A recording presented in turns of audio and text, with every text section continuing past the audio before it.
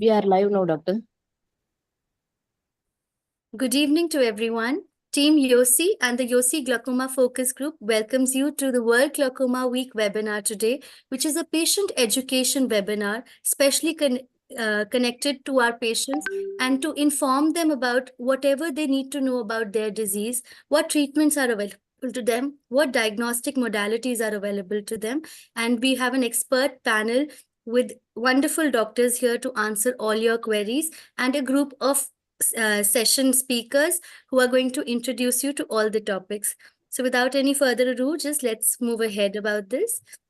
So we are very thankful to the YOSI Governing Council for being a support for all our endeavors. We're especially thankful to Divakant Mishra sir, our president, past president Sonal Kalia ma'am, Karan Bhatia sir, Nilesh sir, and Aditya sir, and Prasanna sir as always. The team YOSI consists of very dynamic executive members, as you can see over here. And there are multiple things that YOSI is involved in, and there are multiple avenues that you can get yourself involvement. And they help the postgraduates and the fellows through all these channels. Please have a look so that you can find out what works best for you. The Glaucoma Focus Group is right here. This is our introduction. I am Dr. Arshi Singh, and we have our members, Dr. Prasanna, Dr. Sahiban Sethi, Dr. Amit Pandey, Dr. Anu June, Dr. Neha Midha, Dr. Reenal Pandit, Dr. Menak Bhattacharya, Dr. Megha, Dr. Shivam Gupta, Dr. Niyati, and Dr. Soumya. Everyone is an integral part of this group, and it is very important to have all of them because without even one cog, it's like the machine gets broken. And we are so thankful to all of them for putting in so much effort into making this group come forward with activities that now will be taking place in the coming few months. So this was the first webinar that we held during the Glaucoma Week. This was in conjunction with the YOSI Sociocultural team, where we had awareness through art and glauco reels, which were also creative reels for glaucoma awareness. And we had an expert panel of judges with Dr. Satyan, Dr. Aparna Rao, Dr. Gauri Murthy, Dr. Vinita Ramnani, and Dr. Preeti Kamdar. And we saw a record number of entries. We had to stop taking entries, in fact, because we had crossed a number that we could not have accommodated within a single webinar. We also had Glaucoma Gyan talks given to us by Dr. Reenal Pandit and Dr. Madhvi. And they were wonderful talks. You can always access this on YouTube. It's still available. So let's come to today's session. I would really want to thank every one of the coordinators and the moderators for today's session. The coordinators for today are me, Dr. Arshi Singh. I'm an assistant professor at Guru Nanak Eye Center at Maulana Azad Medical College. I did my DNB in ophthalmology at LV Prasad Eye Institute and did my FICO and then specialty training in glaucoma services at Guru Nanak Eye Center. I'm also the assistant editor of the Delhi Journal of Ophthalmology and the executive member of YOSI. Then we have our very dynamic Dr. Prasanna Ramesh. He has multitudes of awards to his name. He is the research director and glaucoma head at Mahatma Eye Hospital in Trichy, India. He's also the DNB FAT examiner and DNB coordinator at the Institute and Thesis Guide, who has trained 6 PGs till now. He has published 14 chapters in 52 PubMed index journals with 512 citations and a big H index of 10. He's the associate editor of TNOA Journal, is also the editorial board member of the IGO General Ophthalmology and Video section, and has, as you can see, been a recipient of awards at ACRS, WGC, APAO, IRSI, AIOS, GSI, TNOI, DOS, YOSI, Arvind Eye System. I don't think I need to introduce you any further. Thank you so much for being here and for coordinating all of this with us. The moderators for today, I'm very happy to welcome Ms. Dr. Megha Ji. She's part of the Glaucoma Focus Group. All of these members are part of the Glaucoma Focus Group. She's a consultant at Arvind Eye Hospital at Salem, and she's done her MS at Mysore Medical College, where she was a gold medalist. She did her DNB in ophthalmology and got a gold medal there too. And then she did her FICO in glaucoma and a fellowship in glaucoma from Arvind Eye Hospital, Pondicherry. She also has a FICO and an MRCA degree. She has also been a winner of multiple awards like the Erudio quiz, which is for postgraduates. She won a travel guide to the APO and has the best video presentation at GSI Pondicherry 2024 and multiple other presentations. As another interesting thing about her, which is actually something that is very commendable, is that she has a passion that we all should actually have about sustainable lifestyle and eco-friendly environmental things. And she actually spreads awareness about it and about how we can incorporate it in our daily lives through her Instagram ID. You can kind of look at it later. Our next moderator for today is Dr. Neha Midha. So ma'am is a ex-senior resident from AIMS New Delhi and did her glaucoma fellowship in MIGS from Switzerland. She's currently the director and consultant at Avantika Eye Care and Glaucoma Services at New Delhi, and also a member of the Asia Pacific Glaucoma Society. She has more than 30 publications to the name and been an editor for the book in investigations in ophthalmology. She's also received the Unnat Bharat Seva Shri Award for providing eye care to the underprivileged. Thank you, Dr. Neha, for being with us today. And last but not the least, we have Dr. Shivam. Dr. Shivam is someone who is very approachable and always interested in helping everyone and being part of things. He has done his MBBS and MS with a gold medal. He is a glaucoma consultant at Arvind Eye Hospital in Tirunelveli. He's done his glaucoma fellowship from Arvind Eye Hospital, Tirunelveli. He has multiple faculty talks and presented papers at national conferences, been member of multiple societies, more than 20 publications with awards like the LVPI AIOS Eye Event Hackathon Award runner-up, first prize at the Glaucoma Pitch Innovation Award at the GSI, Best Hyde Park Presentation, and the Best Glaucoma Paper Session at the AIOS Midterm Conference in Dehradun. Welcome, Dr. Shivam. And I would like our moderators to now take this forward. Please invite our expert panelists and introduce them to the audience at large. Thank you, Dr. Arshi. Thank you, and very happy Holi to everyone. We should start with that. So we'll start with the first expert panel. Thank you all three of us. It is very good to have you people guide us. So our first is my mentor, my guru, Dr. Devendra Maheshwari sir. He's an associate professor and a senior consultant in our hospital, Arvind Eye Hospital, Tirunelveli. He has done a long-term fellowship in our hospital only and short-term fellowship in Bascom Palmer Eye Hospital in USA. He has done multiple observership in Kellogg University in USA, John Hopkins, Baltimore, the New York Eye and Ear Infirmary at New York City. He has presented papers and posted in national and international conferences and had more than 50 publications. And moreover, he has inspired multiple people for publications, and many of my publications and innovations are all inspired by him only. He is presently associated with a number of national and international studies, and he's basically working on both the newer glaucoma training devices as well as newer minimally glaucoma surgeries. He has multiple awards like Best Glaucoma Paper Award in TNOA, 2 times, 2022 and 2023 also. He is member of multiple societies, AIOS, TNOA, GSI, DOS, MPSOS, UPSOS, and he is a reviewer of BGO, Journal of Glaucoma, IGO, Eye and Vision. He has won WGC and Harvard Travel Grant, and his main area interest is now is MIGS, and he's working on developing newer MIGS. Thanks a lot, sir, for your expert for agreeing to be in our expert panel and always guiding all of us. Thank you, sir. Thank you so much for kind. Now I'd like to welcome Dr. Devendra Tuli. I think there is hardly any young ophthalmologist who doesn't know him, and he's my absolute favorite. And the special thing about him is that everywhere you go and you present, and it's with lot many young ophthalmologists, that he would make it so special by dropping a an after note that he was so good, you need to improve here. So it's my pleasure, Dr. Devendra, to introduce you today. So Dr. Devendra did his MBBS and MS ophthalmology from Maulana Azad Medical College, followed by his registrarship at Guru Nanak Eye Center. And then he did his research and clinical fellowship from RP Center, AIMS. He followed by his clinical fellowship glaucoma in USA. And currently he's working as a senior glaucoma consultant at ASG Narang Eye Institute in Kailash Eye Care. Welcome, sir. Thank you. Thank you so much. Thank you for the kind introduction. Very good evening. So thank you, Arshi, for the very kind introduction. I would now like to introduce Dr. Siddharth Dikshit, sir, who is at present a consultant at VST Center for Glaucoma Eye Care at LV Prasad Eye Institute. Sir has done his DO from CMC Vellore and also DNB and Glaucoma Fellowship from LV Prasad Eye Institute, Hyderabad. He shows special interest in angle closure glaucoma, lasers in glaucoma, MIGS, and various surgical innovations. And he has got n number of honors to his name, including Best Poster Award, Best Poster Podium at AOC 2022, and the DB Chandra Disha Award for Best Free Paper in Glaucoma. And has also won the Best Video Award in TOSCON 2023 and Best Scientific Video Award as well. So, a hearty welcome to you, sir. It was my pleasure to introduce you. Thank you so much for the kind introduction. Ma'am, sir has also been my teacher. So thank Oh, you so wow. much, Dr. SD. Amazing. I should have actually Thank- made you talk, I guess, about sir. Thank you.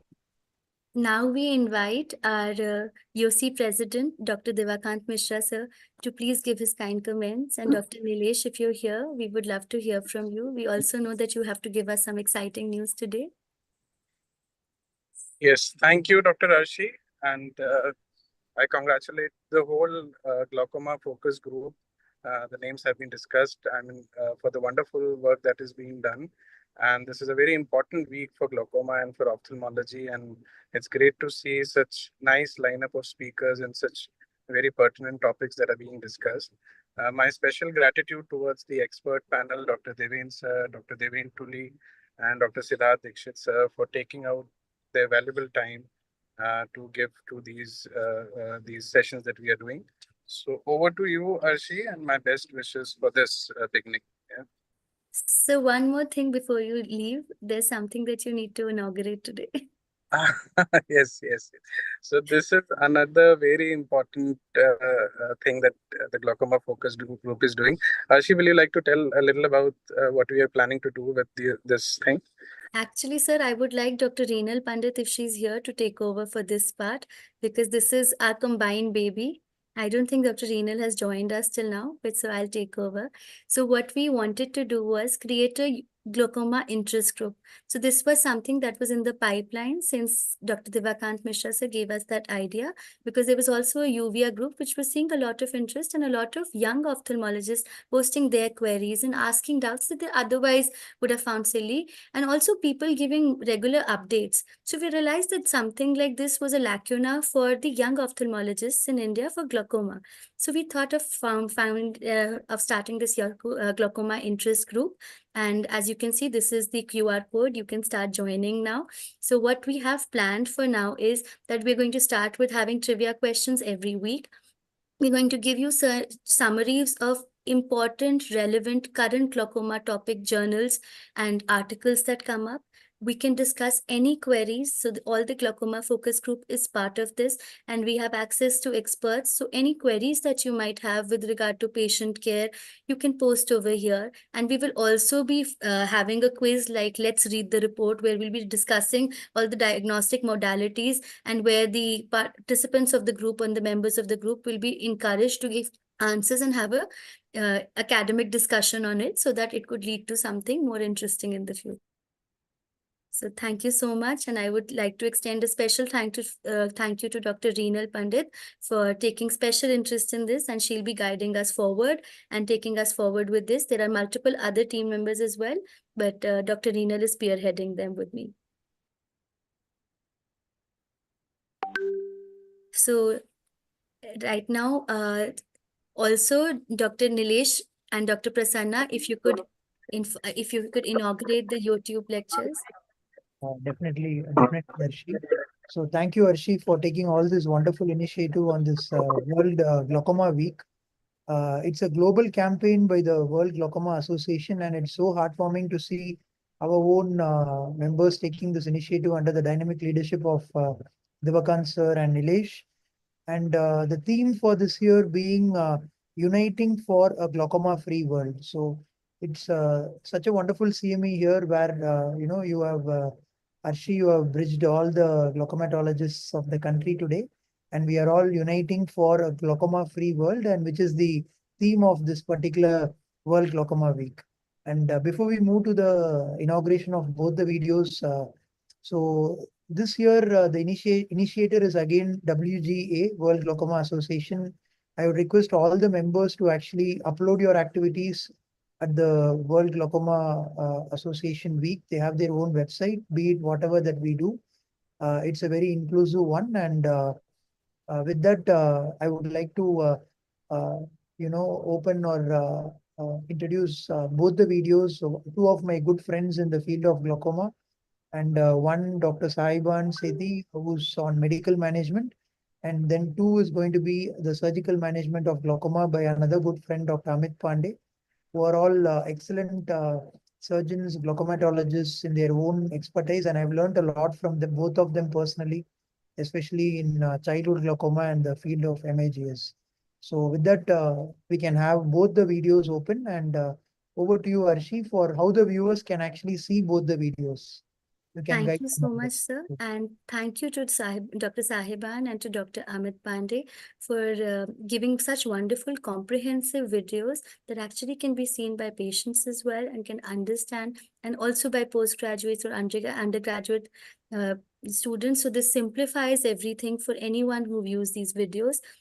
They give everything in a succinct summary in 10 minutes. So that's something which is very difficult to do and speaks of their expertise in the topic.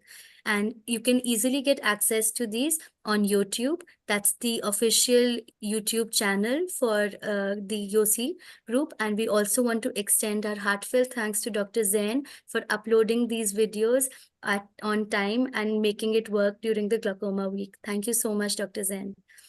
So with that, I'd like to invite the moderators to move forward and introduce our first session speaker, Dr. Vandita Agarwal. So thank you, Dr. Vandita Agrawal, ma'am. You are a senior resident in glaucoma and cataract services in Guru Nanak Eye Hospital in New Delhi. You have done MD ophthalmology at RP Center, AIIMS, Delhi, and you have presented papers at multiple national and international conferences, including AO 2024 and ECRS 2025. You have been a quiz winner in ICKRS 2024 and IRSI 2025, and you have won a best paper at 40 2024. And madam, thank you for joining us. And madam will be talking about glaucoma blindness in India and world. So ma'am, please, over to you, ma'am. Kindly share your screen, ma'am.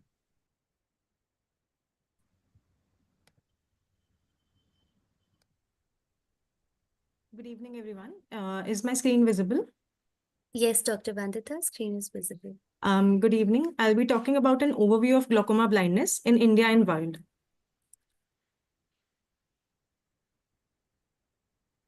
So Can you first, do the full screen mode, please? yes, ma'am. PowerPoint mode. Ma'am, in slideshow.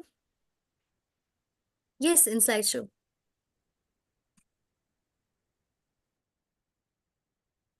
So I'll be talking about, first I'll be talking about what glaucoma is. It is a chronic progressive optic neuropathy with morphological changes in the retinal nerve fiber layer with a specific pattern of visual field defect, which is frequently but not invariably associated with raised intraocular pressure.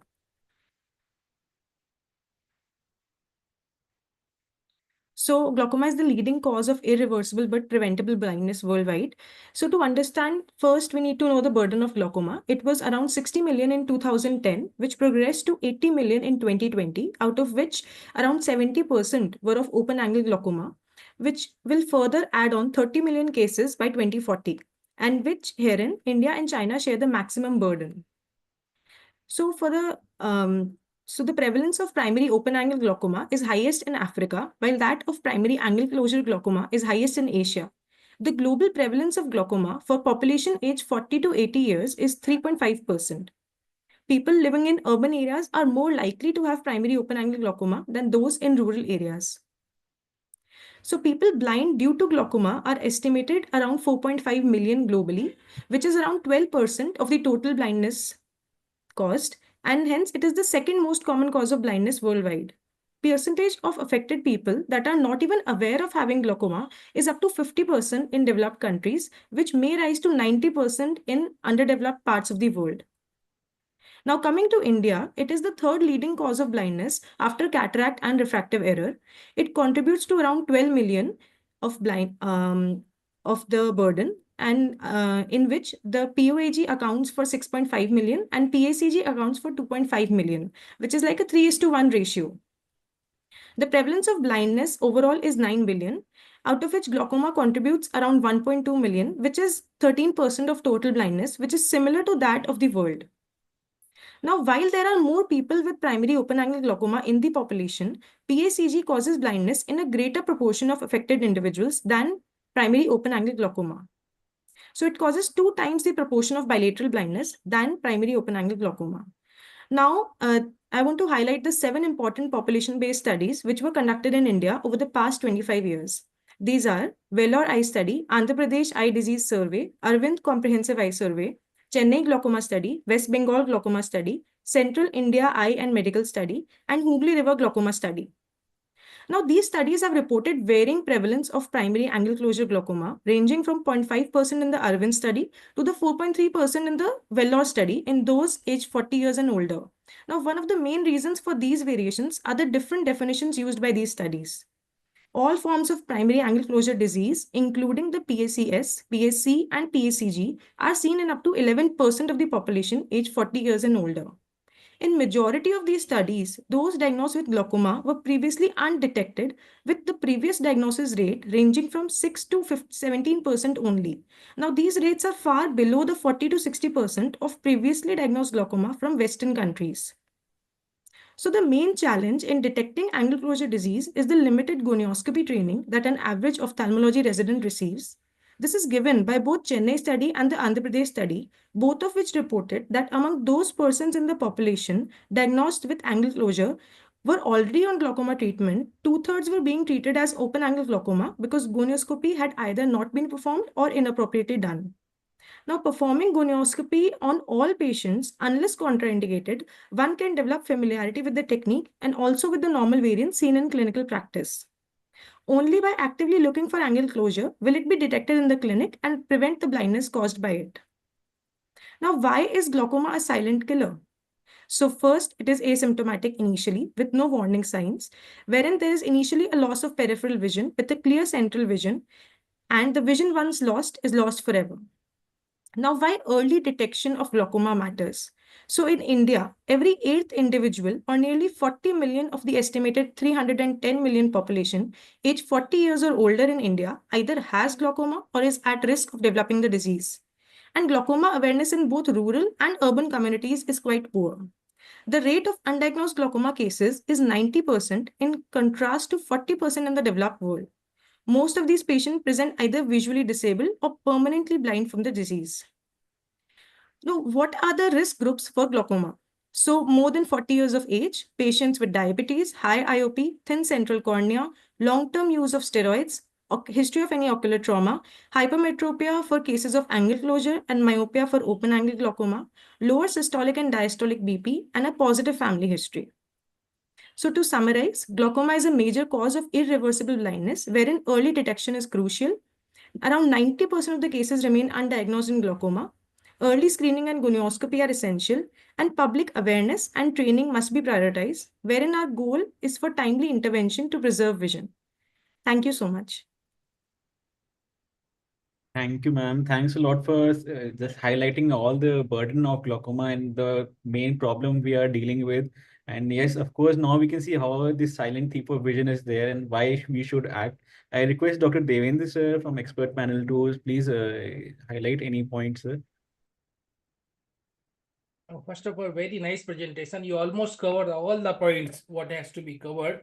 But only certain things we have to mind. Awareness. Awareness is the main thing. Not awareness among the population, it's the awareness among our colleagues, especially the ophthalmologists, general ophthalmologists.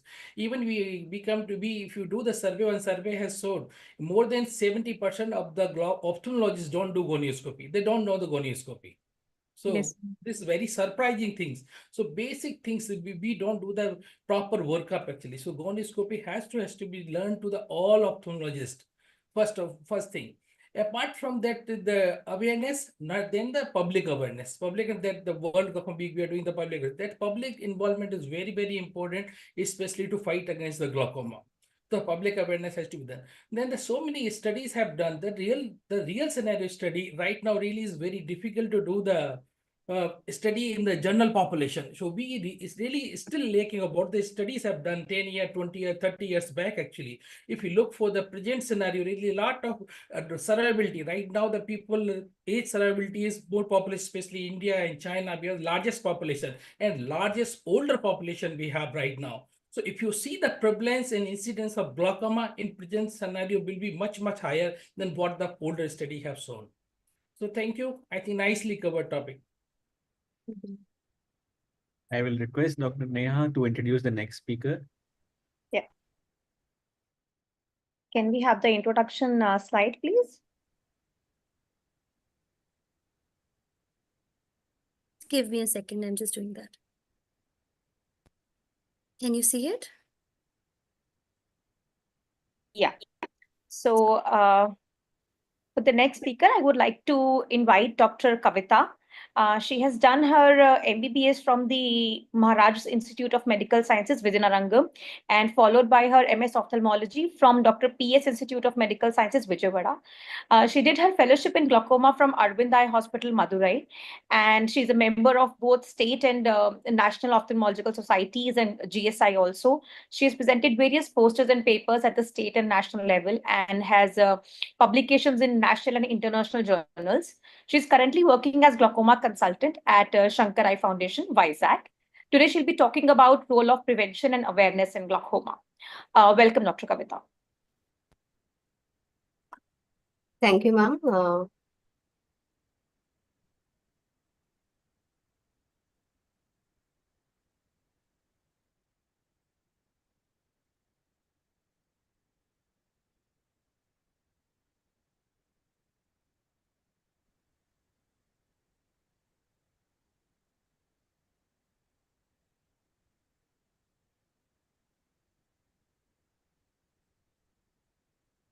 Very good evening to all my seniors, colleagues, and friends. And special thanks to YOSI Group for giving me this opportunity. Today, I will be discussing about role of prevention and awareness in glaucoma. And why should we aware the patients about glaucoma? That is the most common question because it's a second leading cause of reversible blindness throughout the worldwide, and it's a leading cause of irreversible blindness throughout the world. And early detection and treatment are crucial because symptoms typically don't appear until the significant damage has already occurred. And by understanding the risk factors, symptoms, and treatment options, individuals can take preventive steps and seek medical attention early, potentially saving their vision. The common challenges in India we are facing are low awareness. 90% of cases remain undiagnosed, and late diagnosis. Many visit to an eye doctor only after significant vision loss, and limited access to the specialist in the rural areas, and high cost of treatment, inadequate screening, and stigma and misconceptions, and lack of specialized training. So coming to the general question, like what is glaucoma? It's a group of disease involving the damage of optic nerve, which plays a vital role in the vision. And usually in early stages of glaucoma, they are asymptomatic, but in later stages, in advanced stages, they usually have the pain, redness, and loss of peripheral vision. So this is a picture showing the vision in normal population, early, advanced, and extreme advanced glaucoma patients. Here we can see the restriction of peripheral vision. And coming to the common questions we are getting from the patients in day-to-day life. Who is at risk of developing glaucoma? It's already discussed by Dr. Vandita ma'am. And second question is it reversible? It's not a reversible disease, it's a irreversible disease, and vision lost cannot be returned, but remaining vision can be protected. And the next common question is it treatable? Yes, we can treat the disease by various medications, surgical options, and the laser treatment. And glaucoma treatment must be continued lifelong, and usually stable early glaucoma and moderate glaucoma patients require 6 months to 1 year checkup, and in advanced cases they require 3 to 4 months monthly checkup, and in unstable patients they require the frequent checkups like for every 15 days, 1 month, depends on their condition. So the most common question is, can glaucoma develop in children too? Yes, even in children also develop the glaucoma. At birth, newborns may have the glaucoma that is called congenital glaucoma. These eyes must be operated early. These incidence is more, the incidence of congenital glaucoma is more common in South Indian population compared to North India because of incidence of more consanguineous marriages, and unlike the adult glaucomas, they present with the large cloudy cornea, blepharospasm and photophobia. What is childhood glaucoma? It's usually children in tropical countries like in India. In children, usually they develop the allergic conjunctivitis. So for those conditions, they use the steroids without proper prescription. And long-term use of steroids can lead to the damage of the optic nerve and ultimately loss of vision. The next common question is, can lifestyle changes help manage the glaucoma? Eating healthy diet and staying healthy is overall good for health, but in glaucoma patient and glaucoma suspects who are at developing glaucoma, do not drink the 1 to 2 liters of water at once and try to avoid the head down postures like Shirshasana and yoga. And also try to maintain your sugar levels and blood pressure under control, because if they are not controlling their blood pressure, blood sugars, they lead to diabetic retinopathy, and ultimately they may end up with developing neovascular glaucoma. And few of the homeopathic medications, they have the steroid content. So if they are using this kind of medication, please test your eyes for the glaucoma. And how to prevent it? Early detection is prevention is better than cure. Early detection always prevent the further loss of the vision. So we can do regular eye examinations and know about your family history, and maintain healthy lifestyles, and avoid eye injuries, and avoid the long-term use of steroids without doctor advice.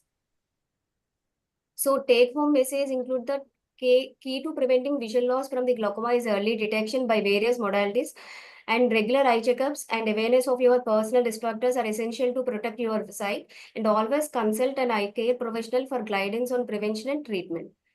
Thank you. Thank you, Dr. Kavita, for this comprehensive talk. I truly agree that awareness and prevention is the only way by which we can actually limit the burden of glaucoma. And as you rightly said, communication with the patient is extremely important. Giving some chair time, telling them the importance of lifestyle changes, importance of meditation in glaucoma, and how they should regularly put their medications, and also how important is to get their family members sibling screening done is also very important. So thank you for that. And Dr. Siddharth, I would like to have your expert comments on this, please. Thank you. Amazing talk. Almost everything has been mentioned there. I think there are three things. I will include a few comments on the last talk also.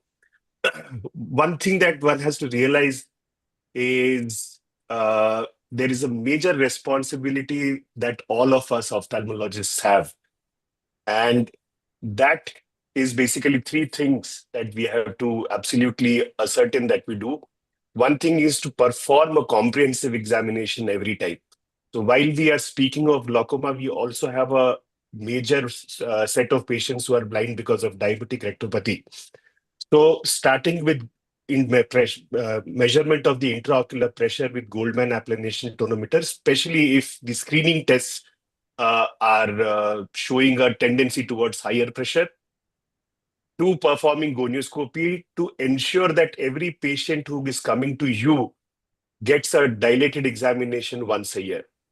So if we do all of this, I think we will be able to detect a major chunk of glaucomas. The second thing is to start this process right in post-graduation. I have been a part of different kinds of setups. I have been a part of setup where more than 80% of patients were seen only on torchlight and sent back. And it is because of having a system where the patient numbers have become more important than providing the best care to each patient that comes to you. It is not completely avoidable, but given the fact that in India, 90% of patients who are detected to have glaucoma have had a checkup last year with an ophthalmologist. So, or a checkup for glasses. So every time a patient goes to a shop or a ophthalmologist for an examination, a comprehensive examination is our responsibility. The other thing that I was not that much aware of it is patient empowerment. Now, the moment we prescribe steroids, we have to tell them about the steroids and their side effects and how it is going to act like a wonder drug for someone who has allergy. The moment we diagnose someone as glaucoma, we have to tell them everything. One of the most important things is to set up the patient expectations and responsibilities. So for a patient with early glaucoma, they may not realize that they have a serious thing, potentially blinding thing. And on the other end of the spectrum, a patient with advanced glaucoma may not understand any benefit with the treatment. So both of them, you have to tell them and introduce them to the concept that you can only give them prescription 3 or 4 times in a year, if not even less number of times. And between these, it is their responsibility to take care of themselves. It is their responsibility to come for a checkup and highlight studies which show or the statistics that patients who are non-compliant are much more likelihood of going blind. So once they realize that just by ensuring that you come every visit, your chances of going blind is decreasing by 50%, I think that is something that we have to tell our patients every visit. Absolutely agrees, Dr. SD. So what happens during our training is we are told something that every time we see VKC patients in our OPDs or any patient who's on steroid, we tell them specifically that this milky looking fluid, please don't take it from the chemist, only take it under prescription, because it might be very good for your eyes right now and you'll feel a little better. But in the long run, if you take it without the doctor's prescription, you can easily go blind. Because we find so many children who come to us with advanced glaucoma because of SIG. So that's something, that's a line that's said by most of our residents the moment they write a prescription of a steroid for an allergic disease.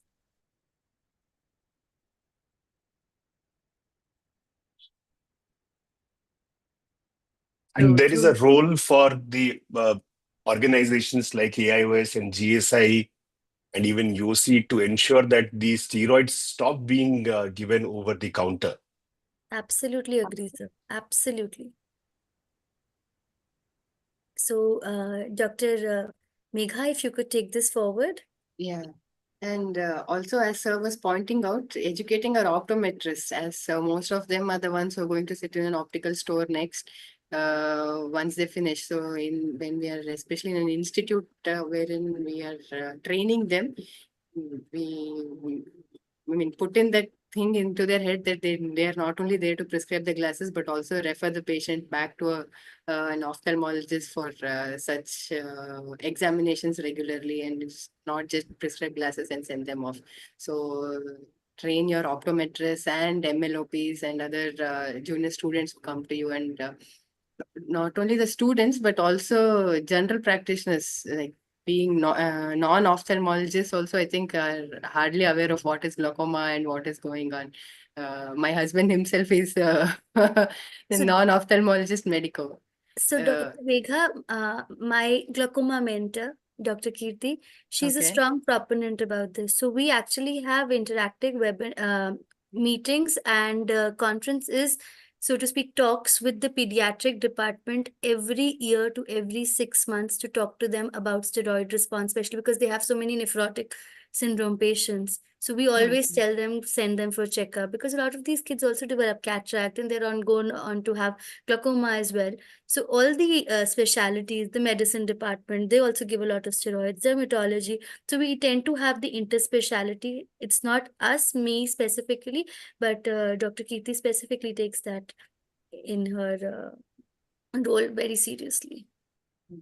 Amazing. So next, I would like to introduce Dr. Kamakshi. Yeah, Dr. Kamakshi Karbanda. She's a consultant in glaucoma at Dr. Raiza, the Eye Center at Bareilly. She's done her MBBS and MS ophthalmology from New Delhi. And she's also completed her mixed fellowship at Arunodaya Eye Institute and completed advanced phaco training as well. She's worked at Tirupati Eye Center and part of AO's Glaucoma Prayogshala, which was held at Bareilly in 2025. She has presented various videos at various conferences like the Asia Pacific Glaucoma Congress at Manila and 33rd BOA Focus Annual Conference and the 57th RPC Annual Foundation Day 2024. She seems to have special interest in developing animated explainer videos for ophthalmology, which is, I think, something innovative, and maybe we'll have a webinar on that or a video on that, which is mainly focusing on postgraduates, fellows, and young practitioners. And she's also posted the same on various social media platforms. Today, she'll be talking to us on an overview of diagnostic modalities available for glaucoma. I welcome you, Dr. Kamakshi. You can start sharing your slide.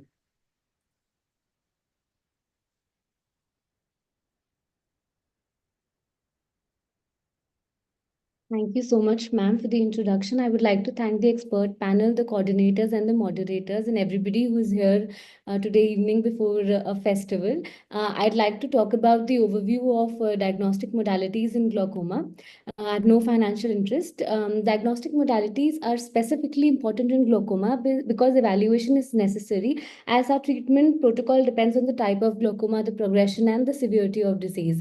So these are the clinical examination and investigations that we usually do in our clinics. I'm going to get to them one by one. Visual acuity, we do it for distance, near, and the BCVA. Pupillary reaction, it has to be noted, specifically look for RAPD in advanced glaucoma. Slit lamp examination is the first modality that we use. We look for any signs of any anti-glaucoma, previous anti-glaucoma side effects. When we look at the eyelids, we look for any evidence of neurofibromatosis, nevus of foci, any other things. In conjunctiva, we look for some congestion, the health of the ocular surface, any AGM side effects, any previous glaucoma surgeries or any other surgeries.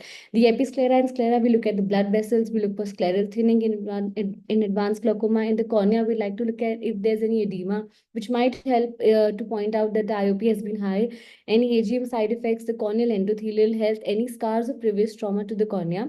Anterior chamber, it is of utmost importance. We like to see the anterior chamber depth and then grade it. And we might also like to see the presence, if there's any presence of cells of flare in the iris. We'd like to see if there's any pseudo exfoliation, transillumination defects, any previous PIs the patient has had, any synecdoche, any ectropia and UVA correctopias and NVI.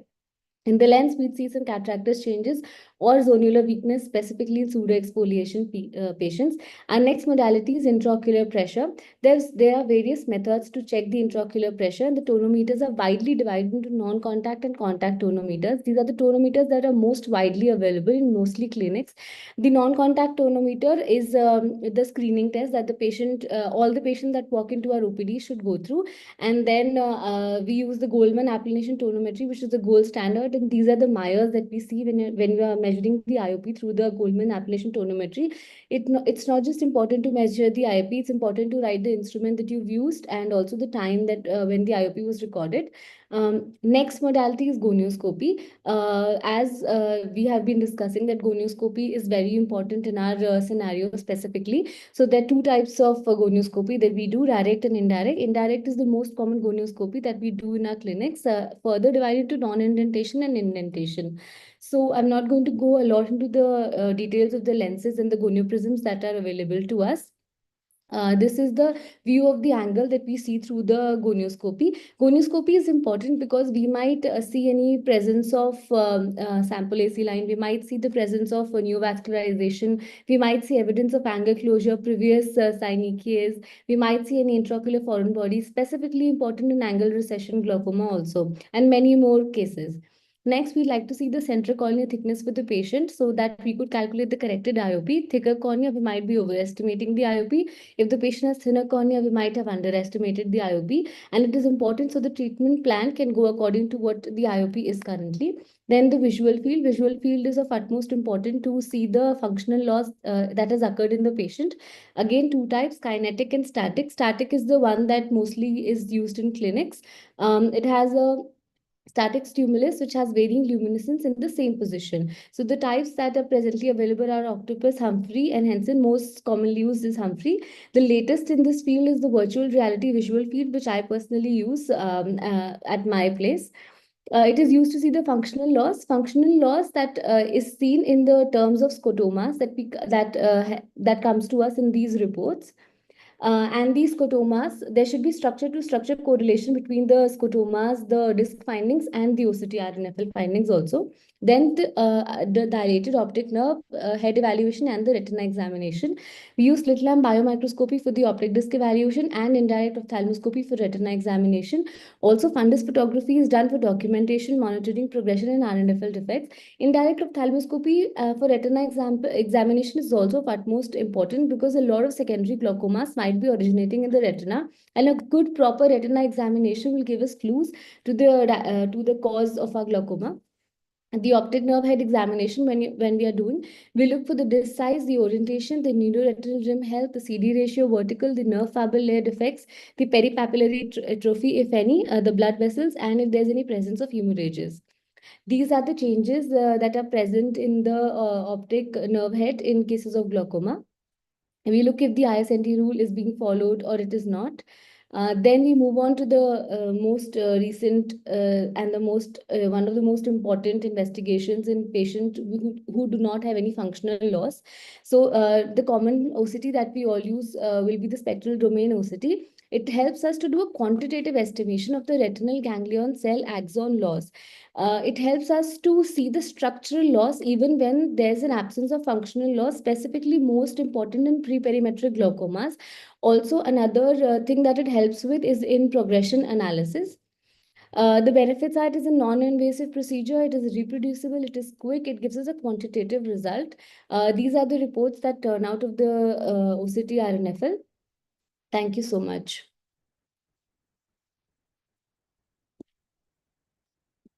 Thank you, Dr. Kamakshi. I just heard you telling that you're using VR perimetry on a daily basis so I just wanted to know whether you're using it like a screening tool or you're using it for all your glaucoma patients wherein you're quantitatively able to measure it, because I'm not aware whether it's really that useful in proper glaucoma patients and to see their progression. Is Ma'am, it I really that use good? it in all of my glaucoma patients for screening also and for glaucoma patients. And I have found the results to be similar because a lot of patients are the patients that have already been treated somewhere else and come with the reports. So I've done the fields again to see the reproducibility, like if the fields that have been done previously match what I'm doing with the VR, and they've matched quite a lot of times. So I'm using them for all the patients. Megha, can I make a comment on this? Yes, sir, sure. Yeah, so I think I agree, contrary to where you practice in South India, we are in North India. So I think a lot of us in practice or a lot of our colleagues in practice actually don't do perimetry at all.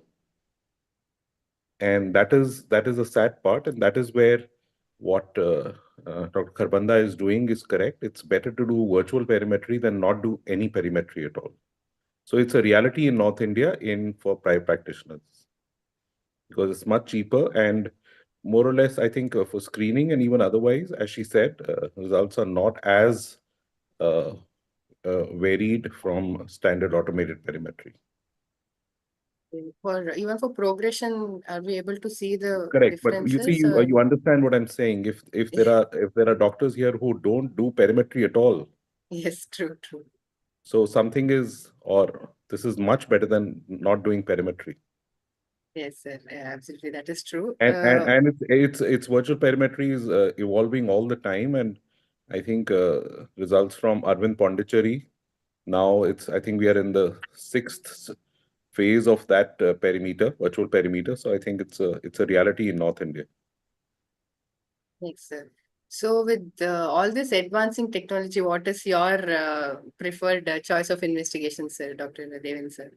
Yeah, so I think Sir. because a lot of the younger colleagues are listening to this, and not just younger, I think a lot of the the adult or let us say the not YOSI club, the others also look at all these webinars of YOSI. So I think my message is that if you have a good tonometer, a gonioscope, and a good optic nerve head examination like 78D or a 90D lens, these are the three that you need to be a reasonable glaucoma person. Of course, perimetry is important to qualify.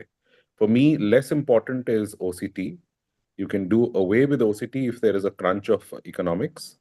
But I think investing in something like an applanation tonometer and uh, uh, a two-mirror gonioscope is ideal if you have to buy one, Goldman type. And though in my practice, we use a four-mirror.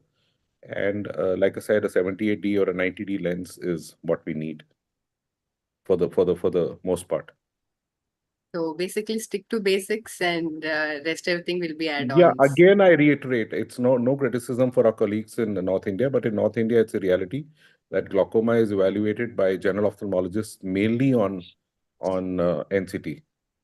So you can see it's much better if we can do all this and stick to basics.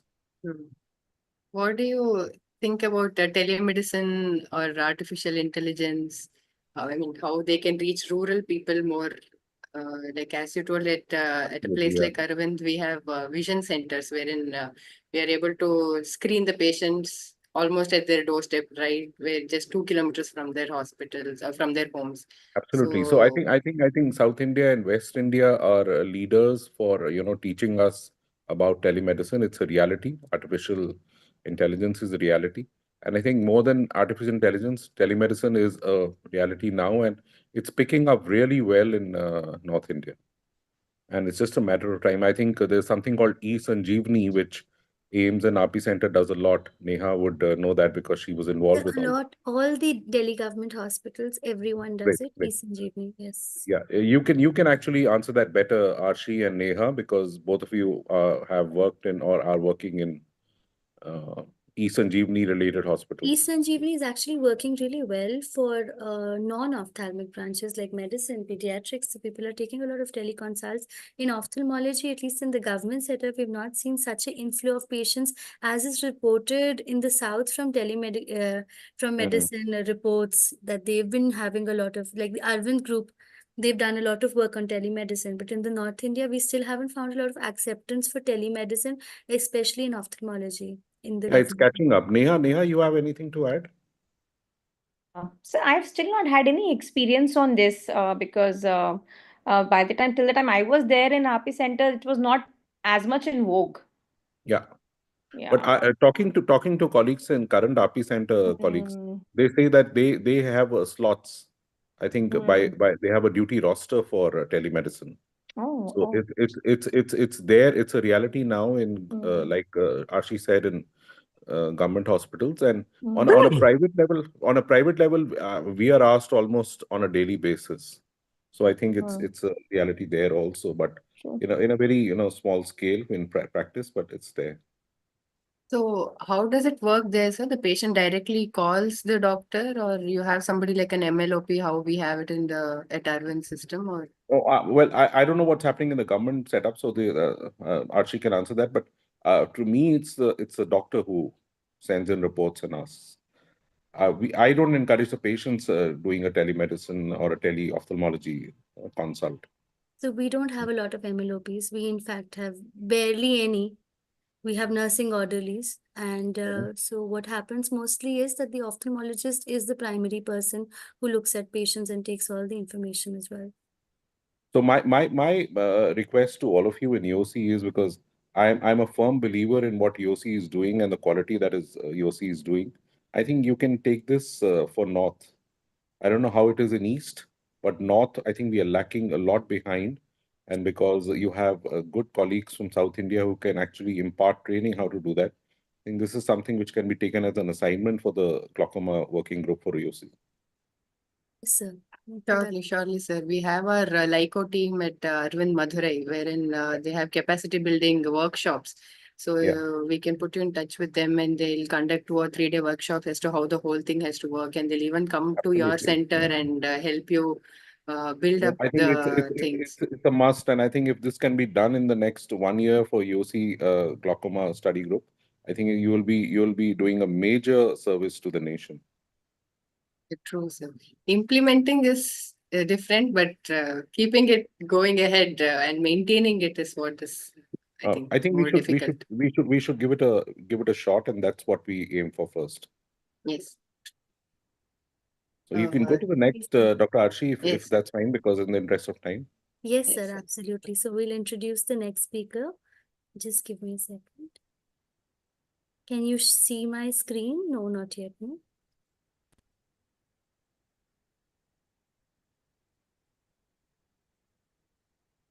So Dr. Kavya.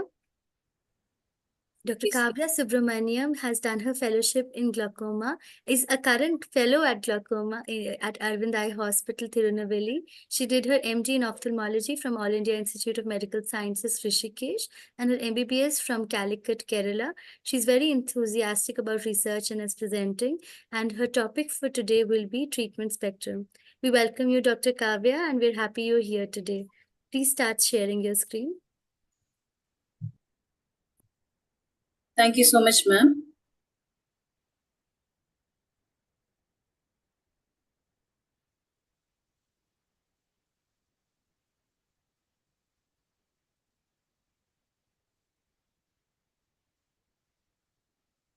Are my slides visible? Yes, your slides are visible.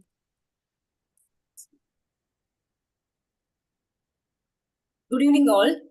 Thank you, Team YOSI, Dr. Ashi ma'am and Dr. Prasanna sir for giving me an opportunity. In next 5 minutes, I will try to dive into the spectrum of glaucoma management.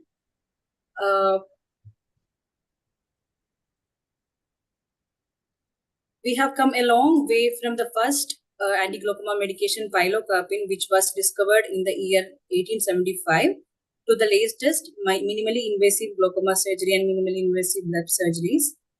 Now we have multiple arms in our armamentarium for fighting against the silent thief of vision.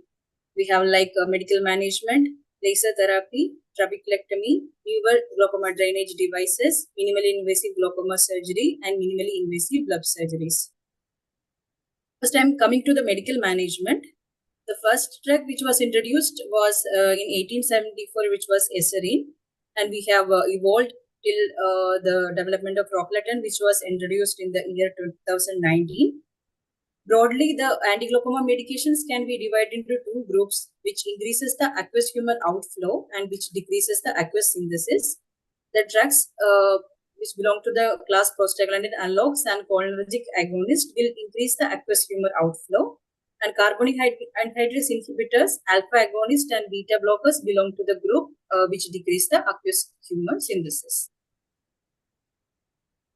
Beta blockers and prostaglandins are considered as the first line anti-glaucoma medication in the management of glaucoma, and they will have an IOP reduction of around 20 to 25%. And these are the other mode of drug delivery mode of medical drug delivery, like topical formulation, drug-eluting contact lenses, subconjugal injection, and intravitreal injectables. This is iDose, which elutes the travoprost. This is travoprost punctumplec, and this is Bimring, which elutes bimetoprost, and this is Durista. But the main problem is with the medical management is the side effects like cornea, vitiligo, which is seen in trokinase inhibitors, hyperpigmentation, and hypertrichosis related to prostaglandin analogs, and follicular conjunctivitis related to brimonidine. Coming to lasers in glaucoma, open angular glaucoma can be treated with outflow enhancement laser treatments like laser trabeculoplasty. And mainstay treatment of angle closure glaucoma is laser iridotomy. And inflow reduction can be done in both open angle and angle closure glaucoma with cyclophotocoagulation. And postoperative treatment laser modalities are laser suturolysis and laser goniopuncture.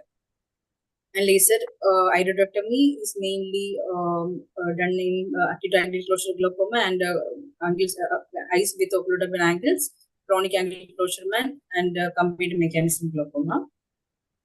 And according to light trial, selective lateral trabeculoplasty considered as the first line treatment of ocular hypertension. And compared to argon laser trabeculoplasty, it has no thermal coagulating effects. And these are the cyclodestructive procedures using laser, which includes endocyclophotocoagulation and micropulse and diode laser cyclophotocoagulation. Then coming to surgical management, from the full thickness filtering surgery, we have evolved all the way to the minimally invasive glaucoma surgeries and minimally invasive blood surgeries. From Sugar's trabeculectomy, which was popularized by Karens, we have done modifications in trabeculectomy, which along with we have combined along with the cataract surgery. And many modifications include Moorfield safer surgery system has come, and we have included the modification like introduction of mitomycin C. We can deliver mitomycin C in the form of either as sponges, as we can see in this video, or we can give a subconjunctival injection. Coming to non-penetrating glaucoma surgery, here we are exposing the canal of Schlemm under a deep scleral flap, thus creating a indirect communication to the subconjunctival space through a trabeculodesmin window. Coming to glaucoma drainage devices, from the use of horsehair by Rowlett and Muro in 1907 to the use of Ahmed Clearpath and the latest to be launched RD250. First is Molteno implant, which is a non-valved GDD, and it has subsequent modifications like dual chamber and Molteno 3. Barwelt implant is a non-valve disease which has multiple fenestrations, which allows the growth of fibrous tissue which holds that into the conjunctiva. And this is with the help of Dr. Paul Bamberg and Dr. Allen. Orolab and Dr. Joser has developed one Orolab aqueous drainage implant, and which many institutes have given the multiple clinical trials. Our institute have published many, and this is the publication done by Dr. Devendra Maheshwari sir. Here he shows the long track technique of tube placement in sulcus in pseudophakic patients.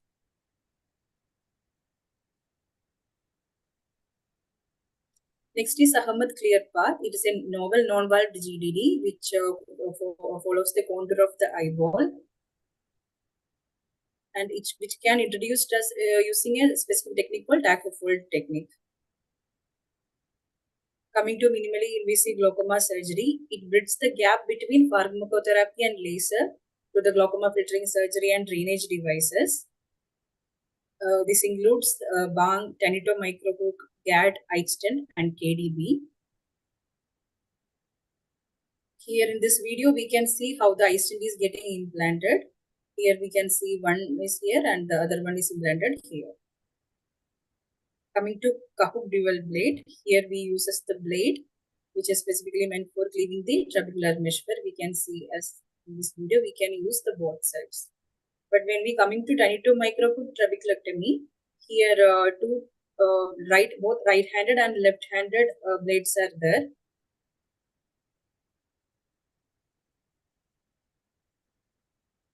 In our institute, we have published the first prospective randomized study done on the combined phacoemulsification with abdominal trabeculectomy in Indian population. And then abdominal needle goniectomy, also called as BANG, which is a most economical procedure. Here we use this 25 gauge needle with the bend at the tip of the needle, and we use as the and we use for the cleaving of the trabecular meshwork, as we can see in this video.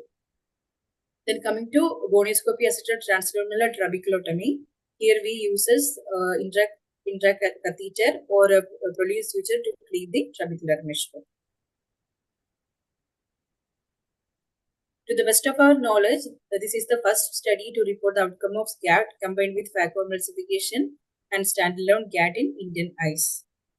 So, in conclusion, MIGS will quickly become the first surgical choice in glaucoma management, while primary trabeculectomy or tube shunts will reserve for cases where the surgical site for MIGS cannot be accessible.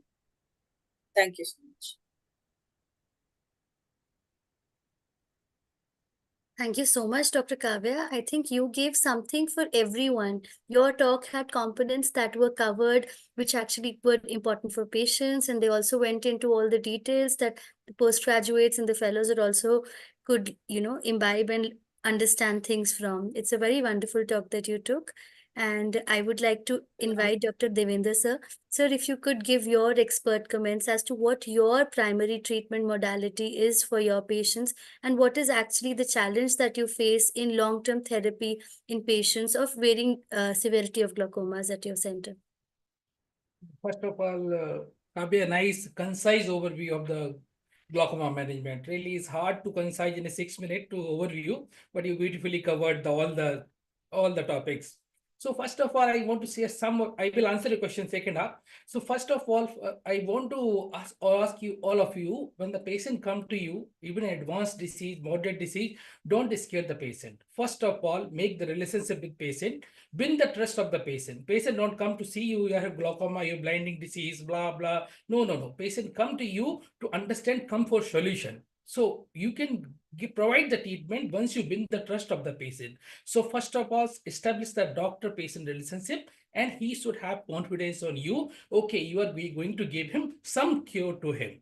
Then come to the part of the treatment. So before treatment, as the previous speaker mentioned, first of all, diagnose properly. Either it is open angle and closed angle. Then only you can treat much better way. Second thing, there is no thumb rule for glaucoma, so not one suit fits to all.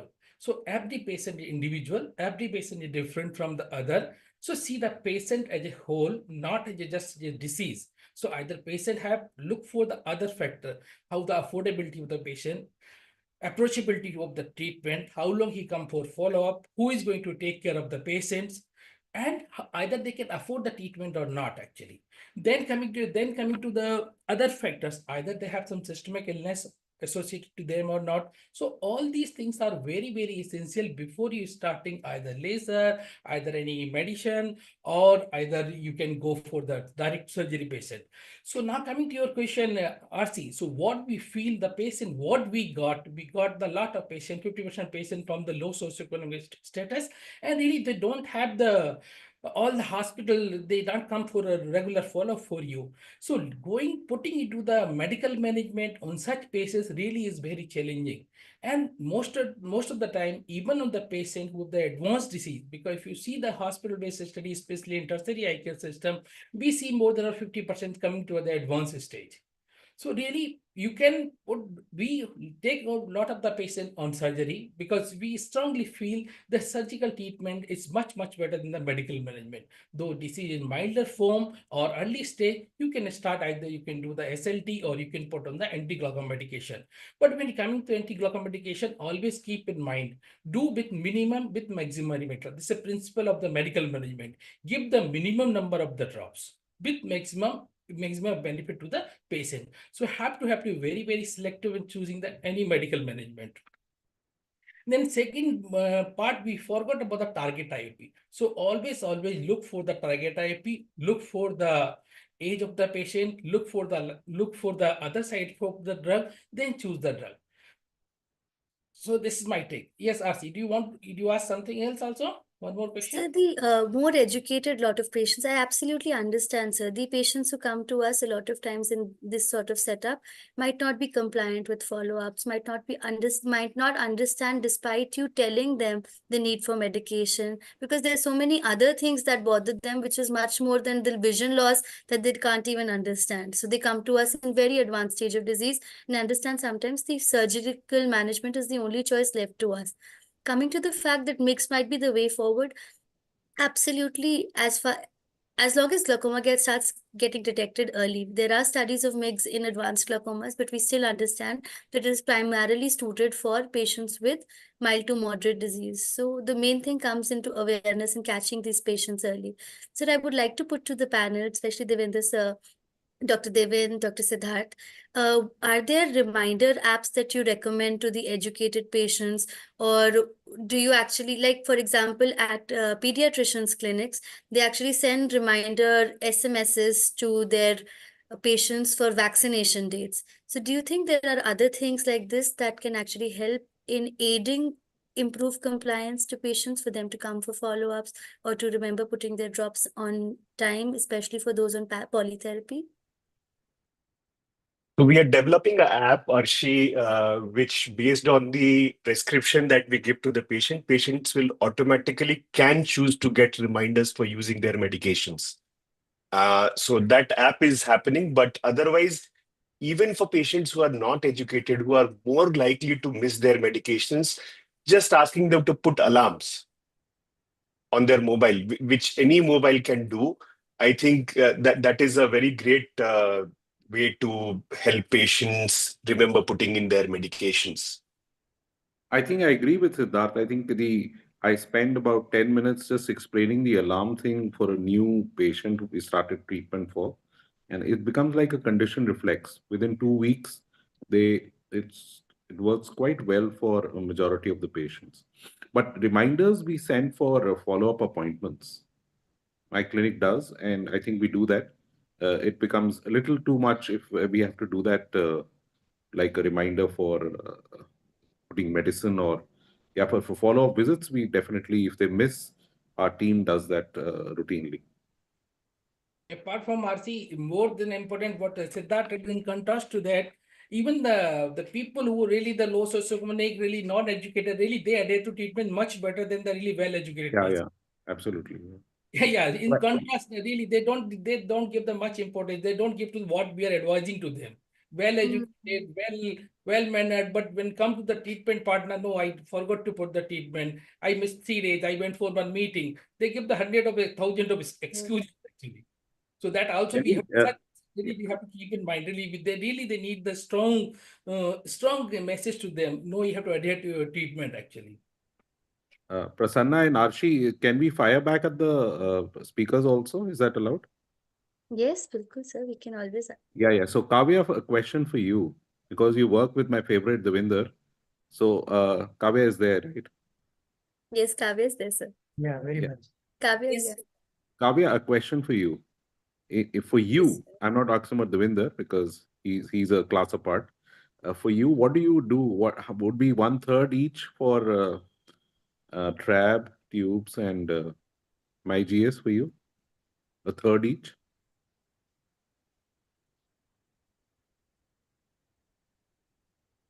No, I'll repeat my question. For you, for your surgical Yes, sir. practice, for you, Kavya, Yes, sir.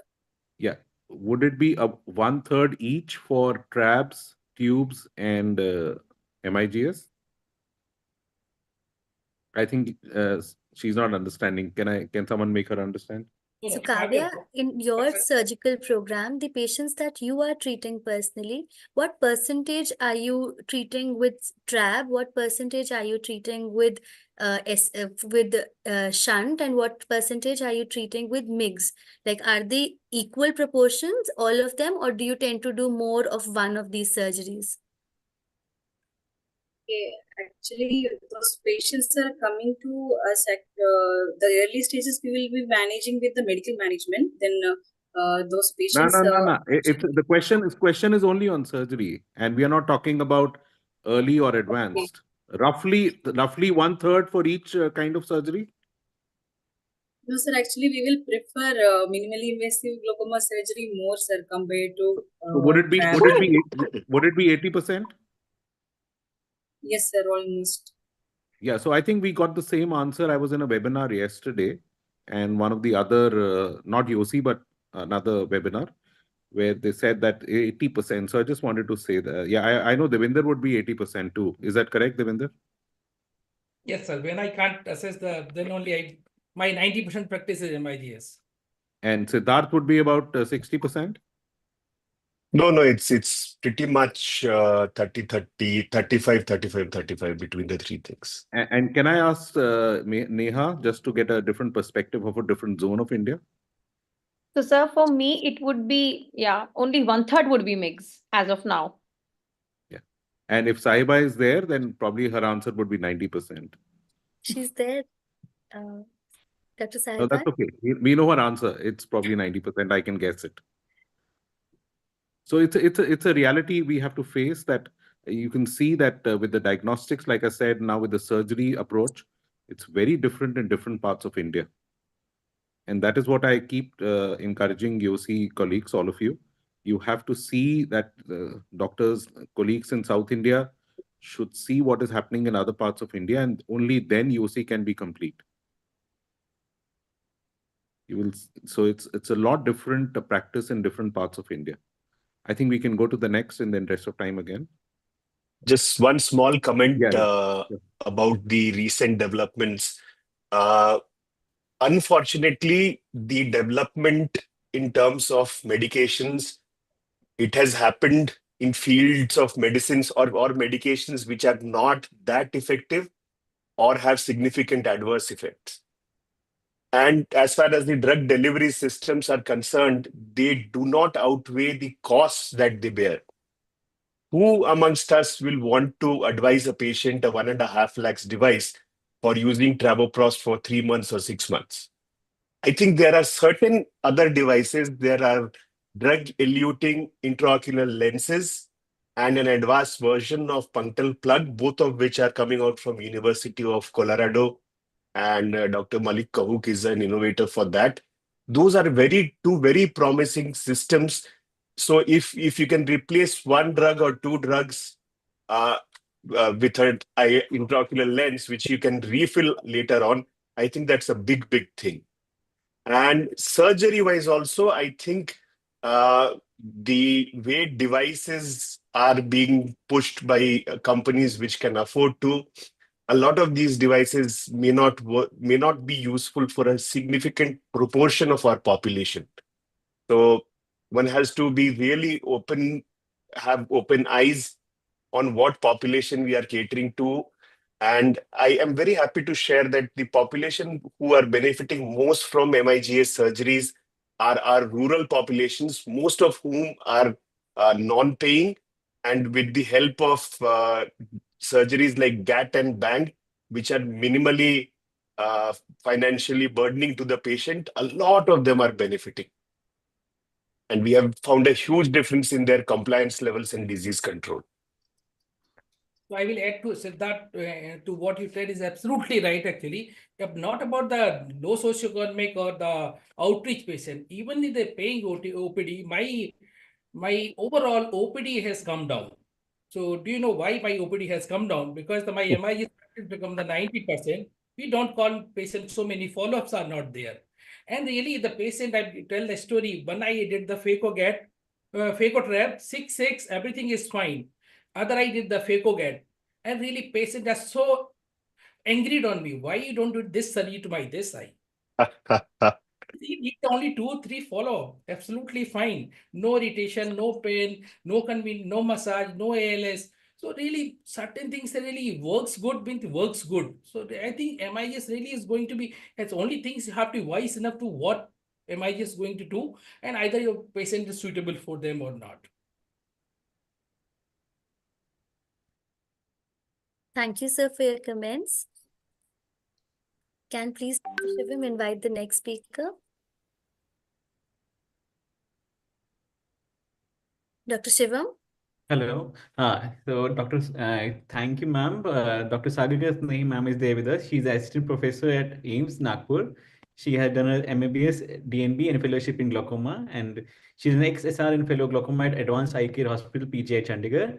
She has told more than 34 peer-reviewed publications, and she is a recipient of multiple awards in honor. One of the best research paper, Genetic Variability in Neonatal versus Infantile Glaucoma. First runner-up for poster presentation in Pune Icon 2025. And she has been awarded with second best surgical video for presentation titled Combined Trap in Congenital Glaucoma and Ectopia on UVA in ISPHERE 2024. And she has multiple grants, like travel grant awarded on 10th World Glaucoma Congress. And she's mentor and second co-author for physical poster. And today, madam will be talking on how to improve patient compliance. Welcome, and please share your screen, ma'am.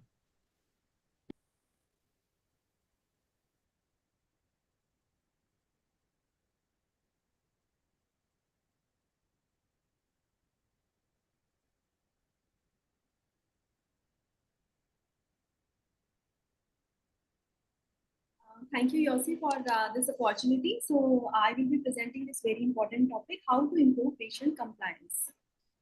So glaucoma is the leading cause of irreversible blindness, and consistent therapy is crucial for preservation of remaining vision. So one of the major challenges in glaucoma management is poor compliance to the treatment.